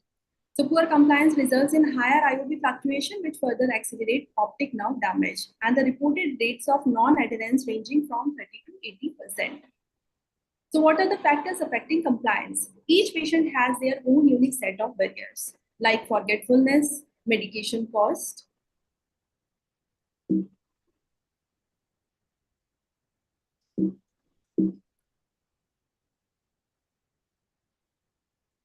sorry, it's not working. Click on your slide. Side effects, complex dosing. Patients don't believe that the vision loss is a risk, and sometimes they have physical limitations, so they are not able to self-administer the drugs, and need for lifelong application of eye drops, which is inconvenience and uneasiness. So the barrier unawareness of glaucoma. So glaucoma is the silent thief of sight, and mostly there are no symptoms. So patients are unaware about the glaucoma-induced severe vision loss without treatment, and they don't see the necessity to use daily drops for largely asymptomatic disease. So what are the strategies to improve adherence? So proper counseling should be done. We should make patient aware about the severity of this disease, and we can show them the educational slideshow, pamphlet. We can show them the video discussing glaucoma or example of what vision loss looks in the glaucoma. There will be constriction of the visual field, and we make the patient and relative aware about the disease and its sequelae. So with awareness of the disease, there will be fear of losing vision, and there will be increase in the compliance rate. Another barrier is forgetfulness. That is the most common reason cited for poor adherence. So what can be done? So patient can set the alarm to remind for glaucoma medication. We can send them the text reminder, or there are free non-commercial reminder apps which can be downloaded on the Android phone or iPhone, and they also show the compliance. So that can be done, and or we can link it with the daily activity. So patient can link it with the daily activity, like after morning walk, they will put the medications, or like after the dinner, they will put the medication. So eye drop medication as a ritual. So they will make it a habit or link it with the daily activity. Another barrier is the cost. So that is major barrier of adherence in India, because it is a developing country, and so lower income patients, they cannot afford the medication sometimes. So we can recommend them generic medications instead of brand name eye drops, or combination therapy can be given. And we should also teach them to use drops to avoid wastage. Like they should apply just one drop at a time. So another barrier is side effects of anti-glaucoma medications, like conjunctival hyperemia, irritation, itching, dryness, and there are systemic side effects like fatigue, dizziness, bradycardia. So because of these side effects, patients don't use the anti-glaucoma medication sometimes. So we should prior inform before starting the medication. We can inform the patient like these symptoms may happen when you use these drops. For the dryness, we can prescribe lubricants, or we can switch to the different medication if patient is not tolerating that drops. We can use the preservative-free glaucoma medications, or combination medications can be used. And we should also train the patient to use eye drop correctly to minimize the systemic absorption. Like we should teach patient like after putting medication, you should just close the eyelids and just press against the puncta. So there is minimum systemic absorption of the drug. Another barrier is complex dosing. So for that, we can give the fixed drug combination, and that will, along with the decrease in frequency, that will also decrease the cost, and there will be decreased side effects because decreased exposure to the preservative and enhanced efficacy. One more barrier is the self-administration of drugs. So mostly glaucoma patients, they are older age, and they may have the physical limitation, they may have the arthritis, and they also have the poor vision, so they are not able to self-administer the drug. So in that case, they can take help from the family member, and we can switch to the longer acting medications like once daily drop, or in that case also fixed drug combination should be prescribed. And So the patient can take help of a mirror for proper positioning, and then they look up and then they insert the eye drop. And they can also use the assistive devices for the eye drop administration. So these are available on Amazon, and like in case of tremors or they can use these assistive devices for the eye drop administration. So to conclude, adherence is a complex phenomena and it is influenced by the multiple factors. So we should identify that factor and then we develop the strategy to improve the adherence. Thank you.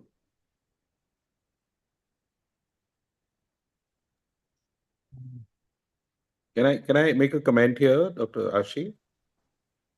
Absolutely, sir. The floor is all yours. Please do. So actually, not a comment. I have a query for my favorite Prasanna. Yes, sir. Prasanna, what are you doing for YOSI and Indian glaucoma? Develop an app for all this now. So I was about to share one of the studies of ours which we did for complaints and something that we actually started doing, and we are actually currently in the pipeline, sir. I hope my screen is visible. And Yes, it's visible. Go ahead. this was one study actually which had a maximum citations along with my mentor, Dr. Satyan sir, that I did. Because we wanted to study the complaints to anti-glaucoma medications. And why I'm showing this here is, as the speaker also beautifully covered. So in this study, we dissected it completely, sir. As glaucoma being a holistic disease, what is the questionnaire was devised based on profile, cost perception, stocking behavior of the patient, purchase behavior, application of drops. If you had seen, the questionnaire was divided into caregiver's role. So what is the patient's role, or is it the caregiver's role? And what is the exposure to the duration of AGM? Because does that play a role in compliance? How many AGMs is the patient using? If it is a particular number of AGMs, what is the number of bottles? So number of AGMs doesn't mean it's going to be number of bottles. Is the patient using the same AGM in the different bottles, or is it going to be like a FDC where it's going to be two drugs in one bottle or three in one bottle? Application and knowledge, you can see this left side part here. Profile as application and knowledge, awareness on AGM application, and some simple things we ask to the patients. How do you purchase? What is your purchase behavior? Do you wait till the last bottle is over, or do you buy the bottle before it gets over? That is one part. Then asking the patient regarding how many weeks or how many months is one bottle lasting for you, if it's a prostaglandin or if it's a timolol, and those kind of things. So purchase point was also asked, and this whole study revealed, and we had a very strict compliance criteria. If they missed the drop for at least 1 month once a time, we took them as non-compliant in reference to an Alan Robbins study where if you miss one drop for 1 week, that makes 4 times you are missing your dose for 1 month. That is making you, 4 into 12, that is 48 days. That is close to 1.5 months. A study done by Alan Robinson et al. On adherence and compliance. And as the speaker just pointed out, other commitments and engagements were the most 45%, and followed by forgetfulness. And then you had the other reasons like medications got over, no reason. There was no reason, 6% of them, they just did not have a reason at all. And emotional factors like bereavement, sometimes when somebody close dies in the family, these were some of the questions. I personally interacted with the patients, and sometimes marriages, some good occasions like a childbirth. These were some of the reasons that happened here in emotional factors, and certain things were lack of information. And the whole behavior of the patients we did study. And this is a very beautiful, I'm not going into the depth of it, but a very beautiful blue box that I always say as the human equation that we came out in our study, which I felt will be very apt for this particular day, as Devin sir was asking, and what we did at the end. So for example, each patient was different. The human equation makes glaucoma something very difficult to conquer.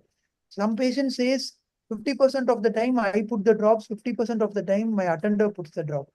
And another patient 12 says, I was not educated by the paramedical staff because they thought I was a doctor and they never told me how to apply the drops correctly. And if you ask the patient or the attender to put the drops, how they are putting, you will see all sort of different varieties in which they might put if you are not, counseling them correctly. And this is again a very interesting patient who says he stocks 4 bottles only when he travels abroad. So like that, each patient. So for example, patient 53 says, I'm a newly diagnosed glaucoma patient, and the doctor told me to come after 3 weeks after starting therapy. I didn't come for the review, or my drops got over at 18th day. And I waited for 3 more days because my review was on 21st day. So different varieties we got. For example, patient 59, I'm buying 3 to 4 bottles because my travel is during sea. And then there is one of this patient 65. I buy 3 bottles for 3 months and I keep each bottle in one place. One bottle I put it in the workplace, one bottle I put it in the car, and one bottle I put it in my residence. And so he was not aware how much one bottle will last. So if a particular bottle gets over, then I will buy that bottle and replace that bottle. So this is a very interesting study. We actually got the IGO Certificate of Merit Award also for this study, a study done by me along with my mentor. And at that time, we launched an application, as Deven sir asked, eye drop reminder light for iOS. And it was more like linked with EMR, where you will get the reminders just like an alarm, where you will be reminded of all the things that you need.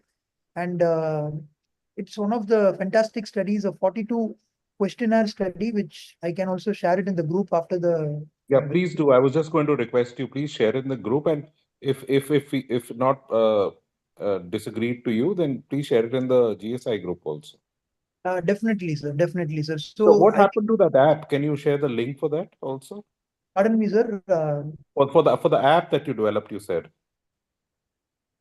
So the Prasanna, app I that think, we developed was called Eye Drop Reminder Light.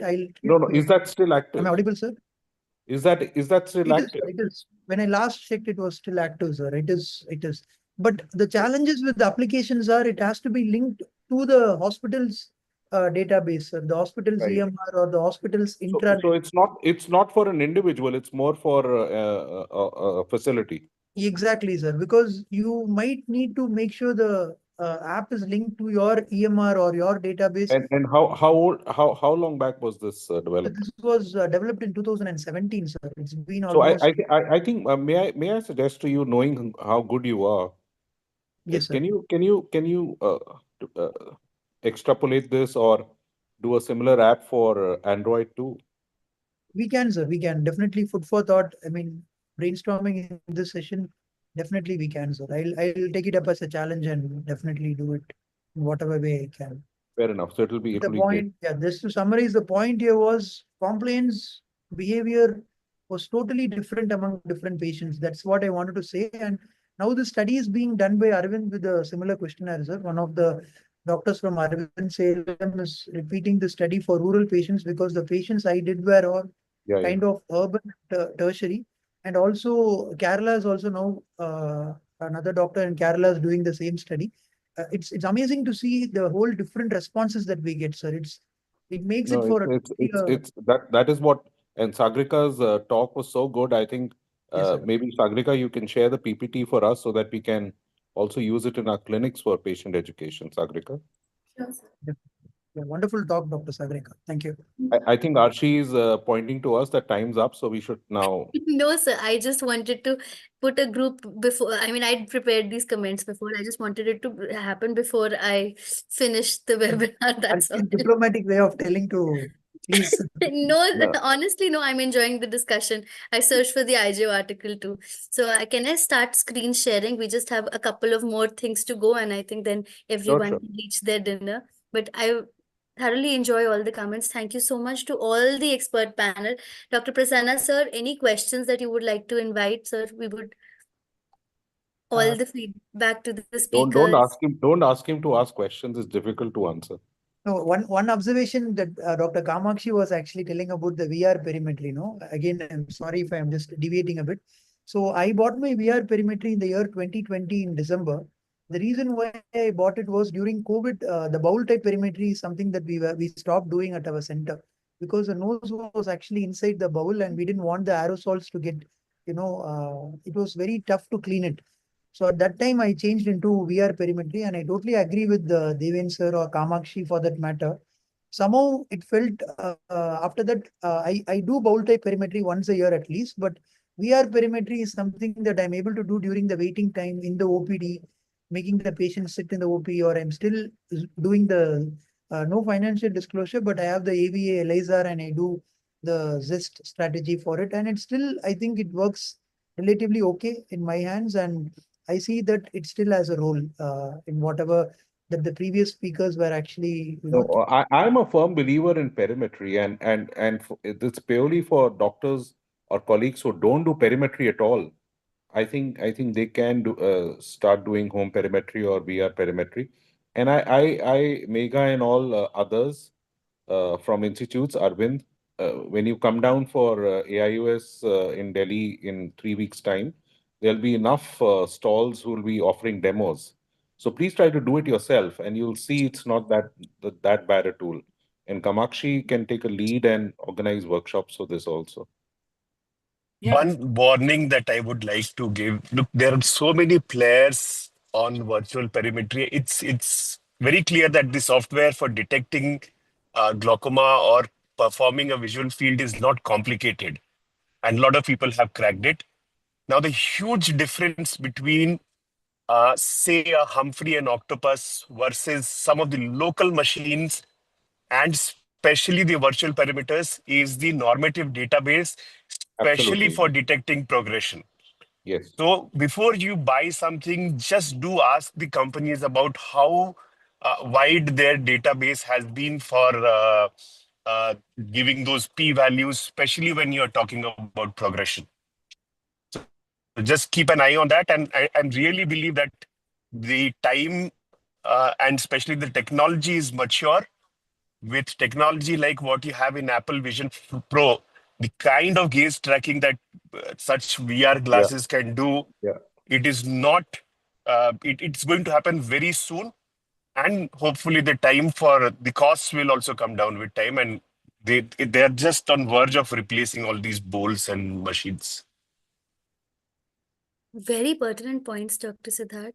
And Dr. Deven has given a lot of work to the YOSI team. I think we should carry it forward. So very good inputs from you as to what all can be done in the future. Archie, I think World Glaucoma Week, just 2-3 activities, if you can build up what I've suggested, and that will be an assignment for the whole year till the next World Glaucoma Week comes in. And knowing how good all of you are, I think out of 3, if you try, at least we'll succeed in at least 2, if not all 3. All the best. Thank you so much, Actually, sir. with your permission, can I add? Please, sir, no permission. Yeah, and again, the theme of this year being uniting for a glaucoma-free world. The concept of central corneal thickness is now slowly shifting towards corneal hysteresis, and the advent of refractive surgeries that is happening. We glaucomatologists have to keep in mind that we all need to cohesively work together, and the whole corneal spectrum that is getting altered, it slightly makes it tricky for you to diagnose the right intraocular pressure, as in one of the topics the speakers were covering. So corneal hysteresis is something that is slowly becoming a game changer, and we need to know the corneal hysteresis parameter also, and keeping in mind, especially the refractive procedures where LASIK or other surgeries, which thins your cornea. And I'm just going to play a quick video again here, if you are able to see my screen, because these are Yes, sir. concepts I feel for the benefit of the users here. I hope I'm not taking time. So there is two applanation. One is the inward and one is the outward. So when an air puff comes and it's on the cornea, you will get this inward applanation and then the oscillation, and then comes your outward applanation. So you will have this P1 and P2, and the average is going to be your IOP, whereas the hysteresis is going to be the difference between both. So with the advent of refractive surgeries and other things where your cornea is getting thinned, the IOP has a tendency to be, falsely low estimated. So that is something we need to keep in mind, because going forward, the patients whom refractive procedures are all done, and when they are going to come to us, we need to be having a lending eye to that as well. And We need to pay attention to the structure function correlation. Along with IOP, you need to make a history that what is the refractive procedure. Sometimes if there is a gap between the flap that has been taken, you may have very falsely low readings. That is one point regarding the investigations. I just wanted to add regarding corneal stresses as well. Absolutely, sir.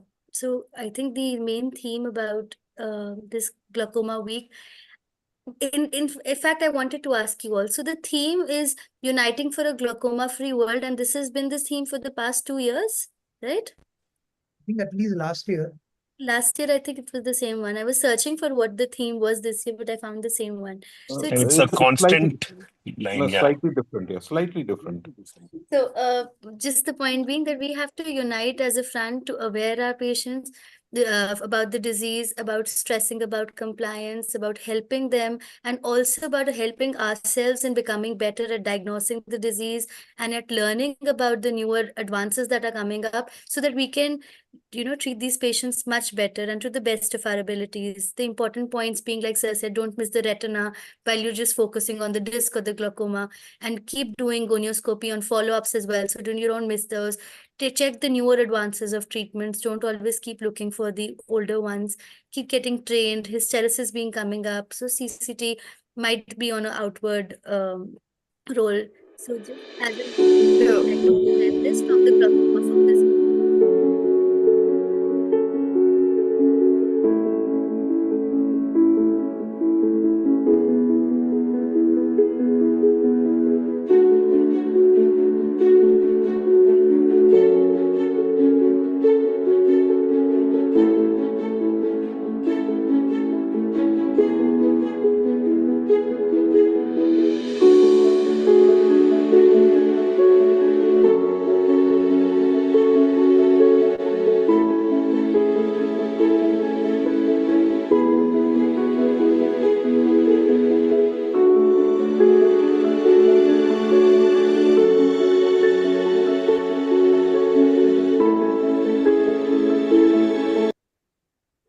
And at the end, before anyone else has to pay comments, so it's also us uniting for everything. So happy Holi to all of you. But as it being a glaucoma webinar, I must say, please avoid these balloons from hitting on the face. Children often aren't very careful, and these can lead to a lot of ocular blunt traumas, which can also lead to glaucoma.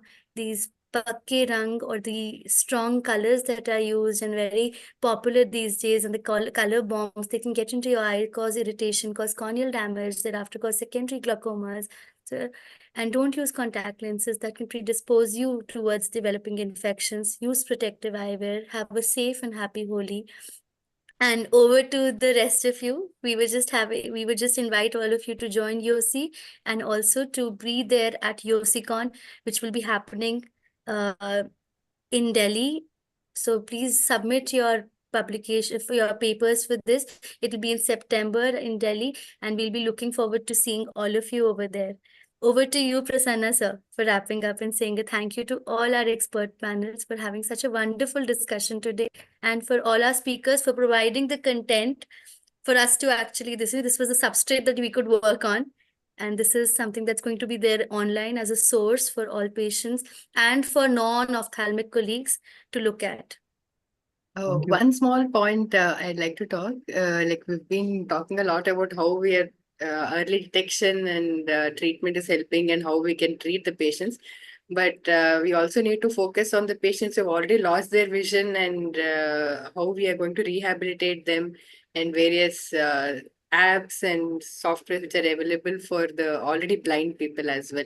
So I think visually impaired is a better word. I think low vision is crucial. And if you have not already done the focus group here, please do a kind of a webinar on low vision aids also. Dr. Megha has a beautiful presentation that video that she has about educating everyone about the low vision aids and about the apps that are available to the visually disabled patients. Yeah, where do we get access to all this? Megha, please share it in the group and we can share. You're a member of GSI, so why don't you share it in the GSI group? Yes, sure. That actually won the best video award at previous GSI in Yes, Pondicherry. So I'll share it. Yeah. Mega is an awardee, and we have to give her a check also that she's not sending us actually. Yes, I'll do it. So Please Dr. do it fast so Sagrika that and we can Dr. at least Megha will be we can sharing the content. give you in GSI conference. Yeah, sure, sir, sure. Thank you. Thank you, Dr. Megha. Don't want, I'll be happy to collect the check. No. She has it. She has to return an old check she could not encash, and we'll give her with interest. Thank you. Thank you, Deven sir. So thank you, Arshi. So Arshi's brainchild has been, Arshi and her team has worked very hard for this World Glaucoma Week on behalf of YOSI's GFG Glaucoma Week Patient Education Webinar. So there is a huge team behind this. Dr. Saiban Sethi, Dr. Amit Pandey, two good friends who have contributed with the videos, and do watch these videos, which we will be sharing Max for medical and surgical management. Dr. Anujun, and again a good senior as well as mentor, Dr. Neha ma'am, whom I have learned a lot of glaucoma from through her videos and interactions. Thank you, ma'am. Dr. Reenal, Dr. Mainak, for the innovative idea, Dr. Reenal, and you guys have to, see her work on Instagram. I keep saying it a lot. Even Dr. Mainak, Dr. Meghas awareness on social, environmental, I think she likes to keep the environment clean. Dr. Shivam, Dr. Niyati, Dr. Saumya. Shivam is one of the recent innovators on the block, and he's doing all guns blazing. And I think you'll be seeing him in another webinar, maybe tomorrow, Shivam, if I'm not wrong. Both of you are there. Both of you are there Yeah. in that webinar. Yes, sir. Yeah. And with that, myself and Arshi are the coordinators, moderators, Dr. Megha, Dr. Neha ma'am, once again, Shivam, and all the expert panel, Devendra Maheshwari sir, for taking time from your busy practice, sharing your 2 cents on all the expertise. Devendra sir, again, who has always been a YO. I always feel Devendra sir is a YO. And I think Neha Mida Not ma'am, in age, not in age, but in spirit. we see Yeah, we see you totally. as a YO in age also, sir. As Neha Mida ma'am told, at I- every conference, I have also experienced it. As soon as you finish a talk, there will be a message from you, one good point, and one you will also say how you can, go forward by slightly No, no. modulating it so that you will evolve yourself. I'm already excited to be there at the YOSI conference in September. Definitely, sir. We are going to make sure you are there, and I totally agree with Neha ma'am on that part. And Sid Bhai, he fondly asks me to call me Sid Bhai. So our own Siddharth Dixit, sir. And thank you, sir. I hope you are still connected with us and sharing all your There, he's there. He's there. He's driving. sharing your expertise and whatnot. And thank you, Sid Bhai, for supporting all the YO initiatives and Thanks, Prasanna bhai. yes. Thank you, everyone. Thank you, And everyone, sir, and sir, very happy Holi. and one more thing, sir, and all the 5 speakers, without them, it would have not been what it is because each one of them has put their heart and soul. Dr. Vandita Agrawal, Dr. M. Kavita Devi, Dr. Kamakshi, Dr. Kavya Subramaniam, Dr. Sagarika, who covered everything, be it epidemiology, prevention, diagnostics, treatment, and compliance. And thanks to the whole YOSI team, Devakant sir and his whole team for the dynamic one. And Numerotech is one who joined us this year. Previous YOSI friends would know that we used to do everything, but now with Numerotech, we get this flashy technical support, so that things go very smooth. And Numerotech has been a great pillar and a great support, and it will be only apt if Arshi makes the closing comment. It's her brainchild. And No, sir, she just and her one team, comment. I really she wanted and to her thank team, Manjula ji one from second. One Numerotech. second, Ashley. Oh, She and sorry. the team has worked very hard. It's all hers, and she has to make the last comment. It's all hers and her team's. Over to you, Ashley. Dr. Prasanna, as always, humble and an inspiration to all of us. So I just wanted to say thank you to Manjula ji for designing this beautiful webinar flyer and for being so prompt with everything. She gave us that virtual background also, and it's looking so wonderful. Thank you, Manjula ji, for all your hard work. And as Prasanna sir has already said, thank you to all the speakers and the expert panel and to the GOSI Governing Council for always supporting us. And let's just do this for our patients. Let's just keep getting better. Yes, photo. Photo time. Everyone who's here, please can you join for a quick picture? I think most of them have already left. Compulsory your sign, please.